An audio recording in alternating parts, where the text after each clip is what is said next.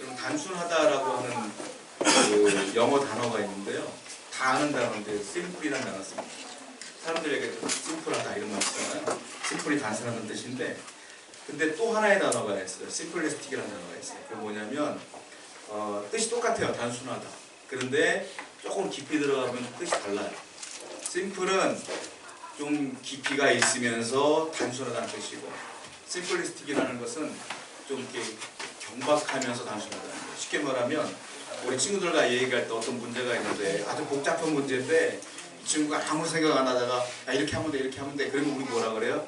너 걔가 단순하니? 이렇게 얘기하잖아요. 그때는 심플리스틱이에요. 그러니까 경박하면서 깊이가 없어.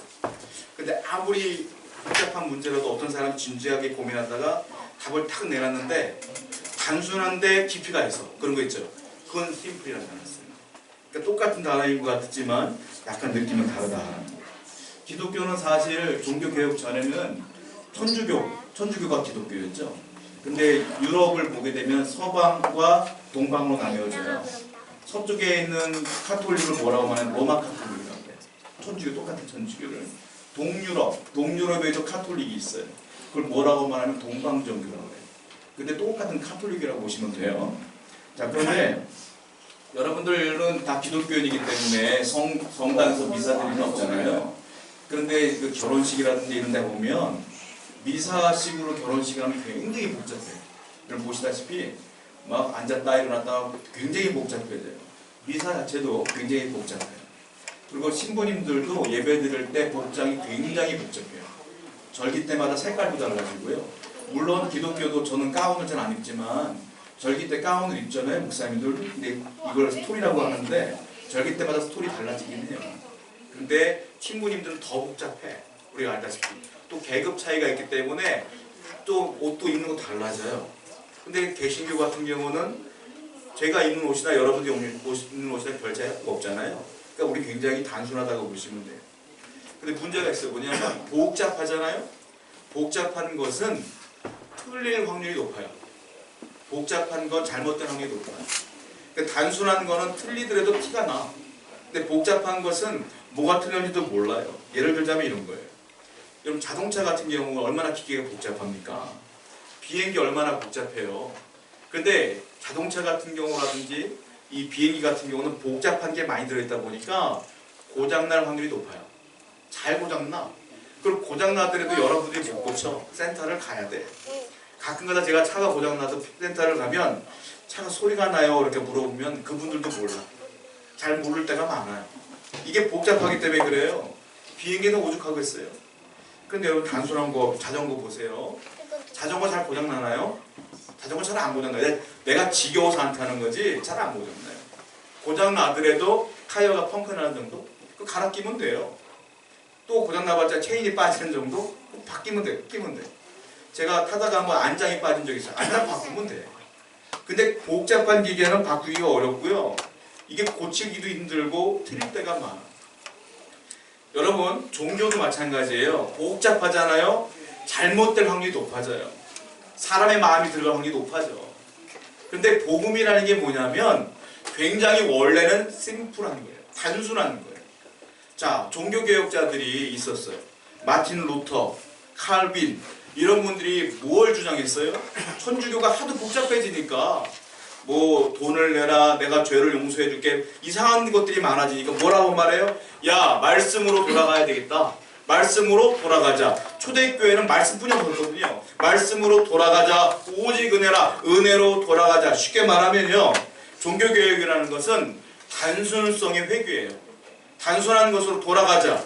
예수님이 언제 복잡했느냐? 복잡하지 않았다. 은혜로 말씀으로 돌아가는 것이 복음이다 라는 거예요. 그러므로 복음은 뭐냐? 단순해요. 복음은 단순한 거예요. 오늘날 많은 교회들이 부흥하는 교회들 부흥하려고 애를 많이 써요. 부흥하는데 많은 애를 쓰는데 뭘 하느냐? 프로그램을 막 돌려. 월요일은 무슨 학교, 화요일은 무슨 학교 막 돌아가. 겉으로 볼 땐 아 좋아 보여 바빠. 그런데 가만 보자면 복음이 아니야. 그건 사실은 복음이 아니거든요. 예수님이 언제 무슨 학교를 했어요? 예수님 말씀만 증거했지. 기도만 했지. 복음이라는 건 단순한 거거든요 원래. 그런데 많은 사람들이 복잡하게 만드니까 틀릴 확률이 높아지는 거예요. 잘못될 확률이 높아지는 거예요. 여러분, 어떤 사람이 우스갯소리 하나 할게요. 어떤 사람이 하루하루 지나갈 때마다 몸이 안 좋은 거예요. 예를 들자면 거울을 보는데 얼굴이 늘 빨개 있어. 그리고 눈이 막 충혈되고, 그리고 숨이 잘 안 쉬어져. 이 사람이 병원을 갔어요. 병원을 가서 의사 선생님한테 이런 증상을 얘기했더니 의사가 검진을 다 해봤는데 아무 문제가 없어요. 의사가 뭐라고 말하냐면 도대체 당신의 병명을 제가 모르겠습니다. 그런데 자꾸 숨이 안 쉬어진다고 하니까 위험하니까 저는 어떻게 해줄 수가 없어요. 근데 언제 당신의 생명이 끝날지 모르니까 그냥 하고 싶은 거 하시다 가세요. 이렇게 말했단 말이에요. 이 사람이 고민을 해요. 뭘 할까? 내가 좋은 양복을 하나 맞추고 한 3벌 정도 맞춘 뒤에 내가 매일매일 돌려가며 입다가 내가 생명이 끝나면 그때 죽지 뭐. 이런 생각으로 이제 양복을 맞추러 갔어요. 양복을 쭉 맞추러 갔는데 와이셔츠 같은 거 맞추잖아요. 목을 댄단 말이에요. 재단사가. 목을 재는데 갑자기 이 재단사가 이렇게 얘기하는 거예요. 110 이렇게 얘기해요. 이 사람이 화가 났어요. 이 사람아 나 95요. 재단사가 말하면 아닌데 110인데 난 15살 때부터 지금까지 95만 입었어요. 재단사가 말하는 거예요. 당신 잘못 입었어. 110이요 110. 여러분 문제가 복잡해 보였어. 이 사람이 병명이 뭔지도 몰랐어. 병명이 뭔 줄 아세요? 이게 모기 쪽이니까 숨이 안 쉬어져. 모기 쪽이 맨날 충혈되고 얼굴 빨개 되는 거예요. 복잡해 보이지만 원인은 단순했던 거죠. 여러분 사람이 인생을 살다 보면 복잡해요. 여러분의 문제가 복잡한 것 같으죠? 왜 길이 안 열릴까? 왜 답답해질까? 왜 내 몸은 아플까? 왜 하는 일마다 안 될까? 복잡하죠? 그런데 원인을 타고 올라가잖아요? 원인은 단순해요. 그 단순한 원인이 뭘까요? 그 단순한 원인은 바로 죄 때문이에요. 죄. 모든 인류의 모든 문제의 원인은 죄 때문이에요. 타고 올라가면 아무것도 아니에요. 내가 죽을 병인 줄 알았을 때 알고 보니까 와이셔츠 때문 문제 아니에요? 똑같아요. 사람들의 모든 문제는 죄 때문에 그래요. 이걸 바울이 이렇게 표현을 해요. 성경을 보겠습니다. 로마서 1장 28절 시작. 또한 그들이 마음에 하나님의 뜻을 싫어하네 하나님께서 그들을 불쌍한 마음으로 보내사 합당하지 못한 일을 하게 하십니다. 자 보세요. 뭐라고 말하냐면 바울이 이렇게 간단하게 얘기하는 거예요. 그들이 모든 사람들이 마음에 하나님 두기를 싫어했다. 즉 하나님 두기 싫어했다는 게 뭐냐면 하나님과 멀어진 거예요? 죄 지은 거예요? 하나님과 배신한 거예요? 그때 어떤 일이 벌어지냐면 하나님께서 그들을 그 상실한 마음 그대로 놔뒀다 이거예요. 내비둔 거예요 하나님께서. 그런데 어떤 일이 벌어지냐면 그랬더니 그들이 합당하지 못한 일을 했다 이거예요. 합당하지 못한 일을 한 게 뭐냐? 죄졌다 이 말이에요. 쉽게 말하면. 자 그들이 하나님 두기를 싫어하니까 하나님이 그 마음대로 해라 놔뒀어요. 놔뒀더니 어떻게 되냐? 죄 짓고 살았어. 그랬더니 모든 인류의 문제가 그 죄로부터 시작된 거다라고 바울이 얘기하고 있는 거예요. 여러분들의 모든 문제는 죄 때문이다. 근본 문제는 아주 간단해요. 그러면 여러분들의 그 모든 문제를 해결하기 위해서는 뭘 해결하면 돼요? 죄의 문제를 해결하면 다 끝나는 거예요. 아주 간단한 거예요. 그 문제를 해결하기 위해 하나님은 누구를 보낸 거예요? 예수님을 오늘 이 땅에 보내신 거예요. 그 문제 해결점은 예수님 뿐이 없어요. 우리 예수님을 부를 때 뭐라고 말합니까? 예수 그리스도. 예수 그리스도. 예수는 이름이에요. 그리스도는 뭐냐? 신분이에요. 그러니까 우리는 한꺼번에 예수 그리스도 이렇게 얘기를 해요. 그리스도는 헬라어입니다. 이 헬라어를 히브리어로 바꾸면 뭐가 되느냐? 메시아가 되는 거예요. 그러니까 그리스도는 곧 뭐예요? 메시아. 예수 그리스도. 예수 메시아. 그런데 이 메시아라는 뜻은 히브리어로 무슨 뜻이냐? 기름 부음 받은 자라는 뜻이에요. 그러니까 예수 메시아, 예수 그리스도는 예수 기름 부음 받은 자 이런 뜻이란 말이에요. 자, 유대인들에게는 기름 부음 받은 사람들이 세 부류의 사람이 있었어요. 첫 번째 누구냐? 선지자. 선지자는 하나님의 말씀을 증거하는 사람들이에요. 하나님의 말씀을 증거할 선지자를 세울 때에 하나님이 기름 부어 주셨어요. 두 번째 누가 기름 부음 받았느냐? 제사장. 제사장을 임명하실 때 기름 부으셨어요. 제사장은 뭐 하는 사람이에요? 백성들의 죄를 용서해 주는 자, 사해 주는 자가 제사장이에요. 하나님께 그 모든 죄를 갖고 하나님께 나가는 자 아니에요. 그리고 또 누가 기름 부음 받았냐? 왕이 기름 부음 받았어요.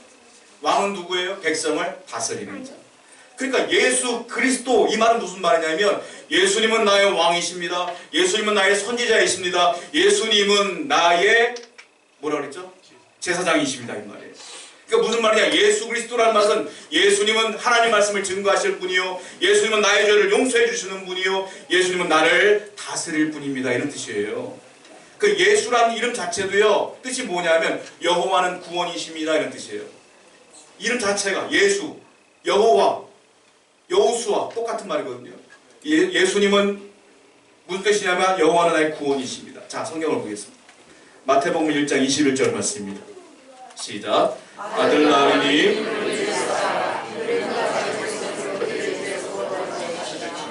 아들을 낳을 것인데 천사가 말하는 거, 이름을 반드시 예수라고 해야 된다. 하나님이 지어주신 거예요. 이거는 아버지 요셉이 지은 게 아니에요. 하나님이 지어주신 거야. 왜냐하면 그 이름에 뜻이 있어요. 뭐라고 했어요? 그가 자기 백성을 그들의 죄에서 구원할 자시며. 예수님이 이 땅에 오신 목적은 구원하기 위해서였습니다. 여러분들의 소망이 뭐예요? 사람들은 소망이 뭡니까? 라고 하면 건강이요, 올해는 대박 났으면 좋겠어요, 돈 많이 벌었으면 좋겠어요, 사업 올해는 잘 됐으면 좋겠어요, 이런 거 얘기해요. 여러분, 그 소망은 유한한 거예요. 돈은 영원하지 않아요. 아니, 돈은 차곡차곡 쌓여도 내 생명이 영원하지 않아. 언젠간 죽으니까. 건강 무한하지 않아요. 건강관리 열심히 하는 분들, 건강관리 안 하는 분들보다 오래 살면 수십 년 더 살 수 있어요. 그런데 수십 년 뒤에 그분도 죽어. 건강 영원하지 않고요, 물질도 영원하지 않아요. 우리의 소망이 뭐가 돼야 되겠어요? 우리의 소망은 땅에 있는 것들이 아니란 말이에요. 오로지 예수 그리스도가 소망이에요. 그분을 믿을 때에 그 죄의 문제가 해결됨으로 말미암아 인생의 문제도 해결되어지고 내 영혼의 문제도 해결되어지는 거예요. 그래서 우리의 소망은 예수님뿐이 없다. 이게 근본적인 대답이에요. 근본적인 문제는 죄 때문이니까 그 문제를 해결하기 위해서는 내가 지금 예수님을 충실하게 믿는 것, 그것이 해결책인 줄로 믿습니다. 그것이 오늘부터 다시 한번 회복해야 될 믿음인 거예요. 자, 그런데 예수님이 이 땅에 오실 내용을 천사가 누구한테 제일 먼저 얘기했느냐, 오늘 본문을 보니까 목자들한테 먼저 얘기를 했어요. 자, 양치는 목자들에게 예수 그리스도의 탄생 소식을 알려주었던 것은 이유가 있어요. 뭐냐면 첫 번째로 이 양치는 목자들처럼 단순하고 평범한 사람들을 위한 복음이 바로 하나님이 주신 복음이라는 걸 알리기 위함이에요. 목자들은 굉장히 단순한 사람들이고 굉장히 비천한 사람들이거든요. 종교인들조차도요, 직업을 소개할 때 바리새인들이요, 목자는 하지 말아라 그랬어요. 목자는 비천한 사람들이다 라고 말할 정도로 이 사람들은 무시받고 천대받는 사람들. 왜 하나님께서는 이 비천한 목자들에게 이 복음을 먼저 얘기했을까요? 이 복음이요, 평범하고 비천하고 무식하고 단순한 사람들을 배제하지 않았다는 뜻이거든요. 이걸 히브리어로 암하레츠라고 말했어요. 암하레츠가 뭐냐면 땅의 백성이라는 뜻이거든요. 유대인들이 암하레츠 이렇게 말한다는 것은 좋은 말로 우리가 볼 땐 땅의 백성 이렇게 말하지만 그 뜻은 비속어거든요. 쉽게 말하면 너는 무식한 사람 이런 뜻이에요. 너는 비천한 사람. 하나님께서는 예수님을 이 땅에 보내신 이유는 높은 사람들만을 위한 것이 아니라 비천하고 버림받은 사람들까지도 구원하기 위하여 목자들에게 이 소식을 먼저 전한 거예요. 제가 어린 시절 때, 시골에서 살 때 제 친구 가운데 할머니랑 사는 친구가 있었어요. 근데 그때는 우리가 뭐 먹을 것들이 이렇게 많지가 않으니까 친구 할머님이 이 손주 먹으라고 맨날 엿을 구워. 맨날. 근데 엿을 만들 때에 그 중간 단계가 조청이잖아요. 조청을 딱 만들어요. 그리고 항아리에도 넣고선 손주 마음껏 먹으라고 놔요. 그러면 그 친구가 우리를 부르면 가서 야, 우리 할머니 조청 만들었다. 그럼 가서 먹는 거예요. 얼마나 맛있는지 몰라요. 근데 어느 날 조청이 우리가 손이 안 닿는 선반 위에 있어요. 알고 보니까 아버지가 이놈 너무 단 것만 먹는다고 몰래 올려놓은 거예요. 그래서 우리가 그거 뭐를 어떻게 했냐면 의자를 갖다 놓고 화려한다니까 이불을 다 올려놓고 베개를 올려놓고 올라가고 한 놈을 잡고 한 놈을 올라가서 조청 깨서 먹었어. 간신히. 너무 힘들었어. 얼마나 힘들었는지 몰라. 그거 하나 몰라. 그 다음날 갔더니 다시 원위치로 돼 있더라고요. 알고 보니까 할머님이 그 아들, 얘 아버지한테 내가 손주 주려고 만든 건데 네가 뭐 때문에 못 먹게 하냐고 다시 내려놓으셨더라고요. 다시 내려오니까 편하게 먹었어요. 여러분, 복음이 뭔지 아세요? 복음이 만약에 아까 제가 선반 꼭대기에 올려놓은 조청처럼 높은 데 올라가 있으면 그 복음 먹으려고 힘들어. 의자 놓고 이불을 놓고 얼마나 고달프겠어요. 근데 하나님은 복음이라는 걸 어떻게 되냐면 단순한 복음으로 만들어 놓으셔가지고 세상 무식한 목자들도 알 수 있도록 천만 밑어놨어. 그러니까 무식한 사람도 알 수 있고 어른들도 고개만 숙이면 먹을 수 있는 복음을 만들어 놓은 거예요. 복음은 복잡하지 않아요. 심플해요. 단순한 거예요. 어린아이들도 듣고 알아. 우리 어린아이들 봤잖아요. 예수님이 하나님 아들이다 다 알아. 애들도 복잡한 게 아니에요. 복음은 단순한 거예요. 성경 말씀 보겠습니다. 마태복음 21장 31절 말씀이에요. 시작.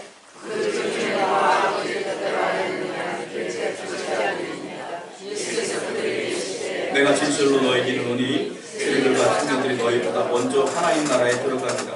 하나님은 암하레츠까지 다 포함하기 위하여 이 복음을 낮은 곳으로 보냈단 말이에요. 단순하게 보냈단 말이에요. 그런데 주님 뭐라고 말하냐면 오히려 세리들과 창녀들이 바리새인 너희들보다도 하나님 나라에 먼저 갈 것이다. 이 복음을 순수하게 받아들이니까 이렇게 말한단 말이에요. 고린도전서 1장 27절 말씀 듣고 보세요. 바울도요 똑같은 진리로 얘기합니다. 시작.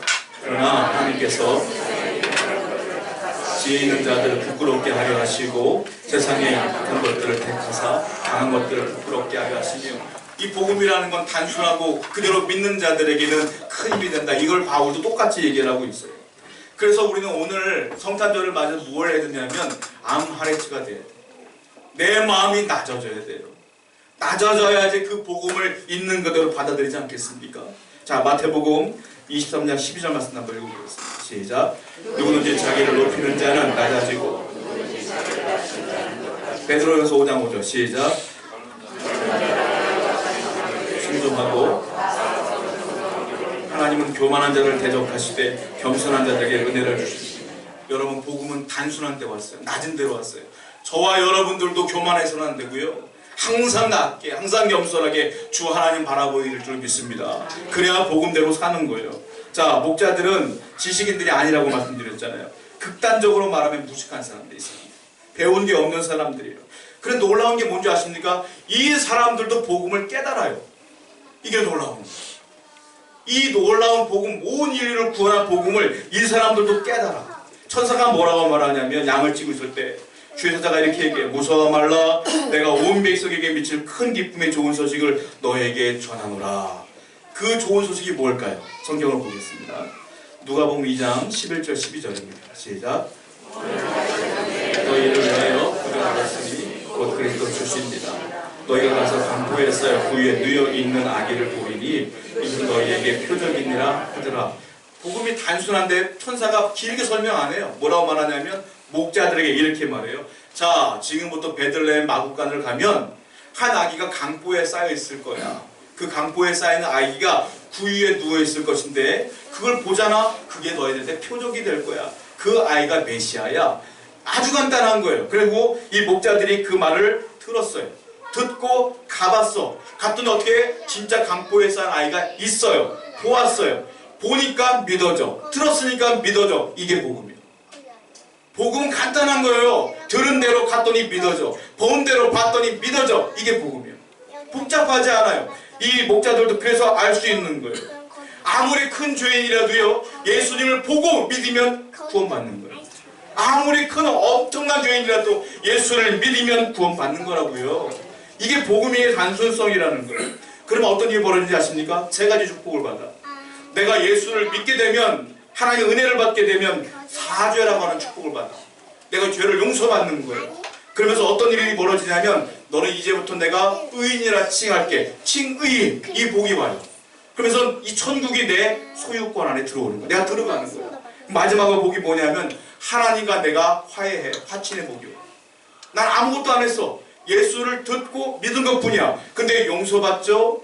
근데 하나님께서 우리에게 의인이라 칭해 주시죠. 그리고 하나님과 원수된 내가 화평해지죠. 이 복이 하나로 다 끝나는 거예요. 원인은 복잡한 것 같았지만 복잡하잖아요. 예수 믿으면 다 해결되는 거예요. 이 문제가 오늘 성탄의 기쁨이다라는 거예요. 이 목자가 그것을 알게 돼요. 여러분 아까 말씀드린 것처럼 복음은 심플이에요. 심플리스틱이 아니에요. 깊고 심오해요. 근데 단순해요. 여러분 한마디로 말 이런 거라고 보시면 돼요.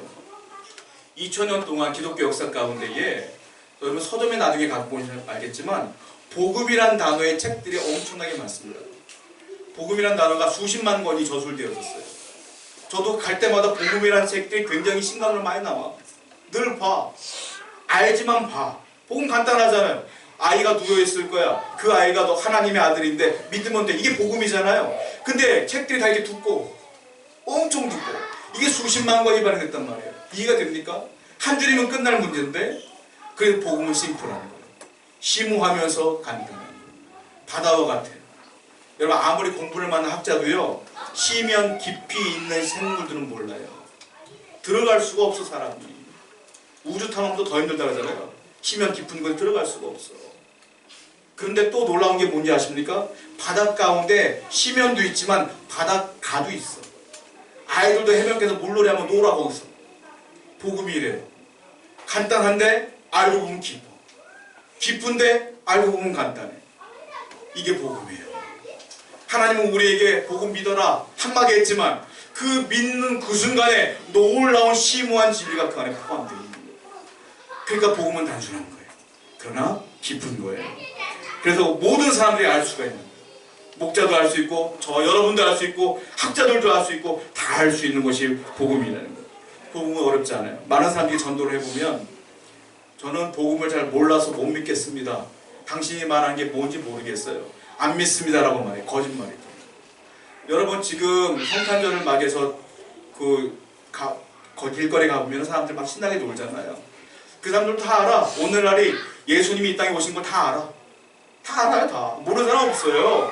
그게 복음이잖아요. 복음을 몰라서 안 믿는 게 아니에요. 뭐예요? 안 믿고 싶어서 안 믿는 거예요.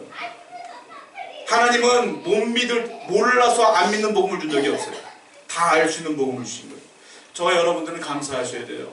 그 복음을 받아들였고 그 복음을 통하여 이 모든 문제가 해결되었음을 믿으시기 바랍니다. 그래서 우리 감사해야 돼요.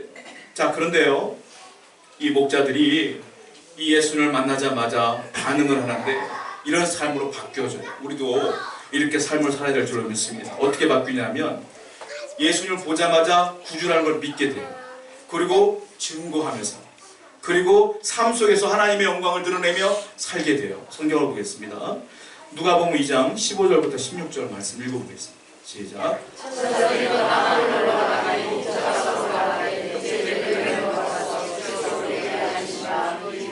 보자 하시고 빨리 가서 마리아와 요셉과 구유에 누인 아기를 찾아서, 천사들이 떠났어요. 말하고 구유에 누인 아기가 있을 거야. 떠났어요. 목자가 서로 말합니다. 야, 베들레헴으로 가자. 그걸 믿은 거예요. 그 베들레헴으로 갔어요. 그때 갔더니 어떤 일이 벌어졌어요? 진짜 말해준 대로 그대로 있는 거예요. 아기가 강보에 누워 있는 거예요.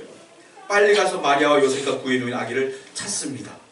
여러분, 그래서 어떻게 돼요? 이 사람들이 아, 이것이 진실이구나 라는 걸 믿게 돼요. 자, 들었죠? 보았죠? 믿은 거예요. 아주 간단하게 일이 벌어졌어요.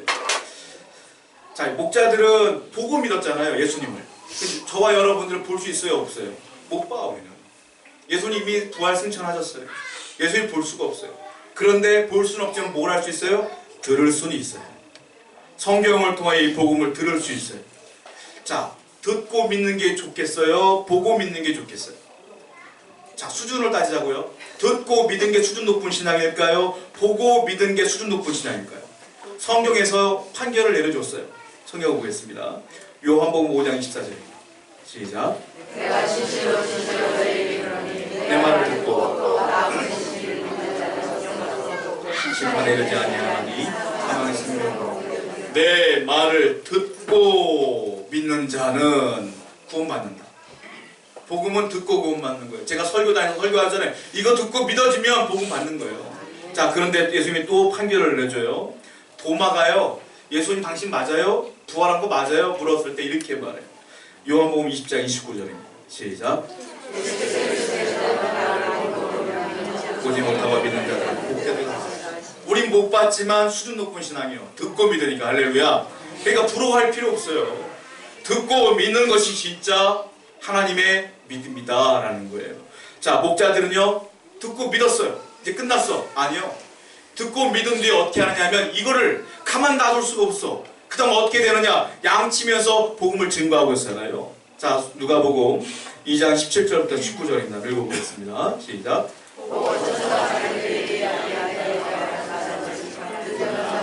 목자들이 그들에게 말한 것들을 놀랍게 여기되 말하는 이 모든 말을 마음에 새기요.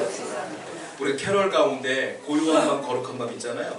밤에 우리가 옛날에 24일 날 그 돌면서 막 찬양 부르잖아요. 고요한 밤 거룩한 밤. 제가 성경을 딱 보니까 이 성탄절엔 고요한 밤 거룩한 밤이 없었어요. 왜냐하면 목자들이 가만히 있지 않고 막 전화했거든. 시끄럽게 예수님 태어났습니다 소리 질렀거든. 여러분 이게 뭐예요? 증거하는 사람이에요. 예수 믿으면 내가 정말로 구원받았으면 내가 복음을 받았으면 가만히 있을 수가 없어. 내 사랑하는 사람들이 지옥불에 떨어져 어떻게 가만히 있을 수 있어요?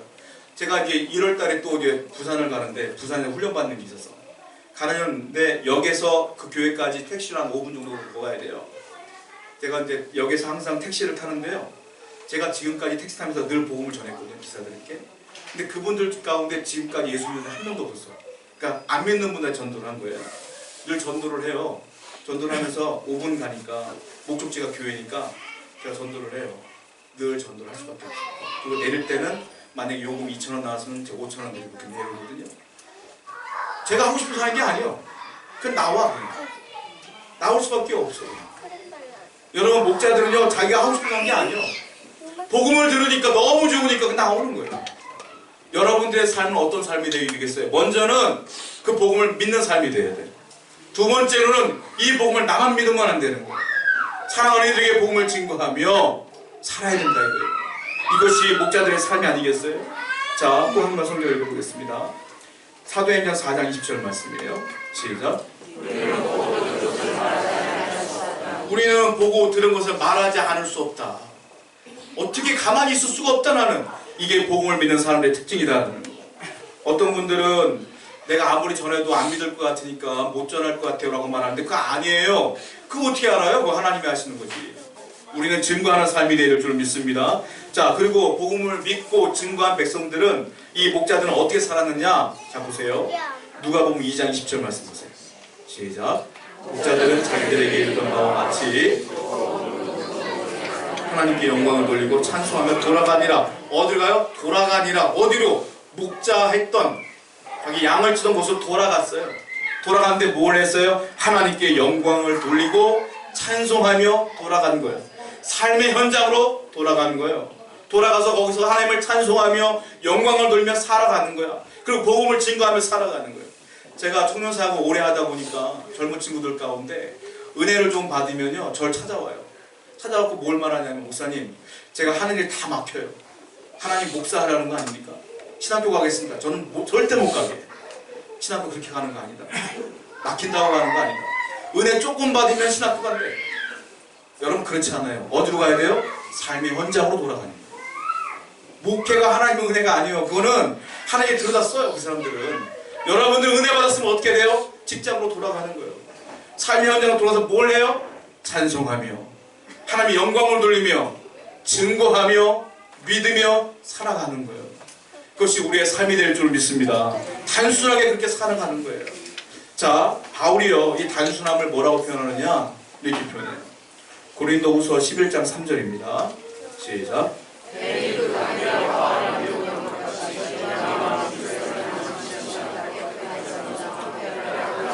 뱀이 즉 마귀를 말하는 거예요. 사탄이 관계를 딱 펼치는데 하와에게 미혹을 해. 어떻게 미혹을 하냐면 너희 마음이 그리스도를 향하는 진실함과 깨끗함에서 떠나기를 유혹한다. 진실함과 깨끗함에서 떠난다. 이게 뭐냐? 단순함. 단순함에서 떠나는 것을 바울이 뭐라고 말하냐면 그 단순함을 진실함과 깨끗함이라고 표현하는 거예요. 여러분들이 복음을 믿는 그 단순함이 결국 뭐냐면 하나님 보실 때 진실함이며 깨끗함이라는 거예요. 마귀는 그 복음을 못 믿게 지금도 유혹한다. 여러분 평생 우리는 전쟁하며 살아야 돼요. 누구와? 마귀와 싸워야 돼요. 마귀는 여러분들을 미혹함이 단순해서 벗어나도록 애를 씁니다. 여러분 오늘 성탄을 맞이해 다시 한번 기억해 드릴게요. 마귀에게 속지 마시고 이 하나님 놀라운 심오한 복음을 끝까지 믿으며 살아가시는 여러분 되기를 다시 한번 축원드립니다. 이렇게 기도하겠습니다.